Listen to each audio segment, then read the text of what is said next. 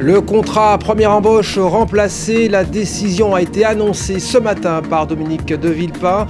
Le CPE sera remplacé par un dispositif inscrit dans une proposition de loi pour l'accès des jeunes à la vie active. Elle a été déposée à l'Assemblée aujourd'hui. Elle devrait être examinée par les députés dans les tout prochains jours, sans doute dès demain soir. Les anti-CPE se réjouissent, mais leur vigilance reste de mise. Les appels à la mobilisation prévus demain sont maintenus. La crise est-elle terminée? Ce sera le thème de notre face-à-face entre les leaders des mouvements de jeunes de l'UMP et du Parti socialiste. Élection législative en Italie, selon des premiers résultats, Romano Prodi l'emporte devant Silvio Berlusconi. Les votes sont clos depuis cet après-midi. Romano Prodi gagnerait avec 50 à 54% des voix. Il serait donc majoritaire dans les deux chambres du Parlement.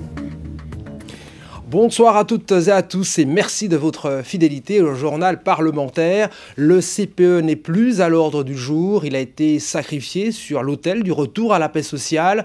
Le terme retenu par le gouvernement, remplacé. Il l'a été en tout cas après un week-end de tractation intensive et une matinée marathon qui a débuté tôt ce matin par une rencontre entre le chef de l'État et le chef du gouvernement.